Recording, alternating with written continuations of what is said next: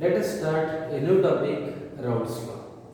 According to Raoult's law, the partial vapor pressure of any volatile component in a solution is equal to vapor pressure of pure component multiplied by its mole fraction. In simple way, we can say that partial vapor pressure of any volatile component is equal to vapor pressure of pure component multiplied by its mole fraction. Let us take one example. Consider a two component, volatile component A1 and A2. When they are mixed, their corresponding vapor pressure, pure component vapor pressure is equal to P1 is equal to P01 into X1, where P1 is equal to its partial vapor pressure, P01 its pure component vapor pressure, and X1 is equal to mole fraction of that component in a solution. Next, according to Raoult's law, when these two volatile components are mixed, their corresponding vapor pressures are the sum which gives total partial pressure. And by solving this equation, we have to get P is equal to P02 minus P01 into X2 plus P01. This is about the statement of Raoult's law. Next, there is a variation in the vapor pressure which is studied by graphical method, vapor pressure versus mole fraction. In this case, x1 is equal to 1 and x2 is equal to 2, because we have to know x1 plus x2 is equal to mole 1, means mole fraction of solute and mole fraction of solvent is equal to 1. The ideal solution means partial pressure that is in between the vapor pressure of these two pure components. This is about the variations of the vapor pressure with respect to mole fraction. Next point, what is meant by ideal solution and what is meant by non-ideal solution.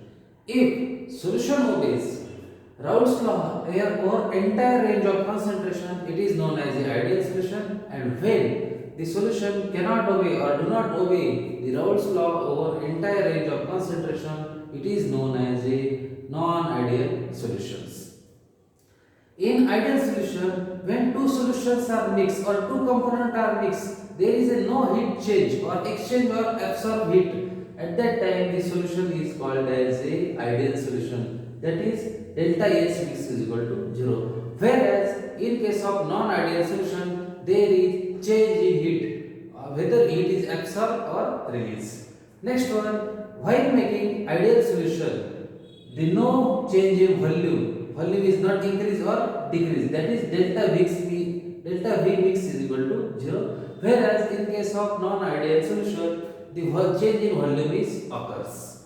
Next one, in an ideal solution the solute solvent or solute interactions are comparable, whereas in non-ideal solution these interactions are not comparable.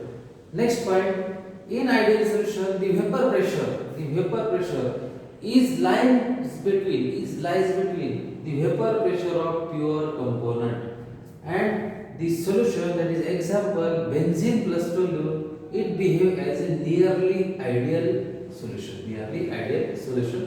This is about the distinguishing point of ideal solution.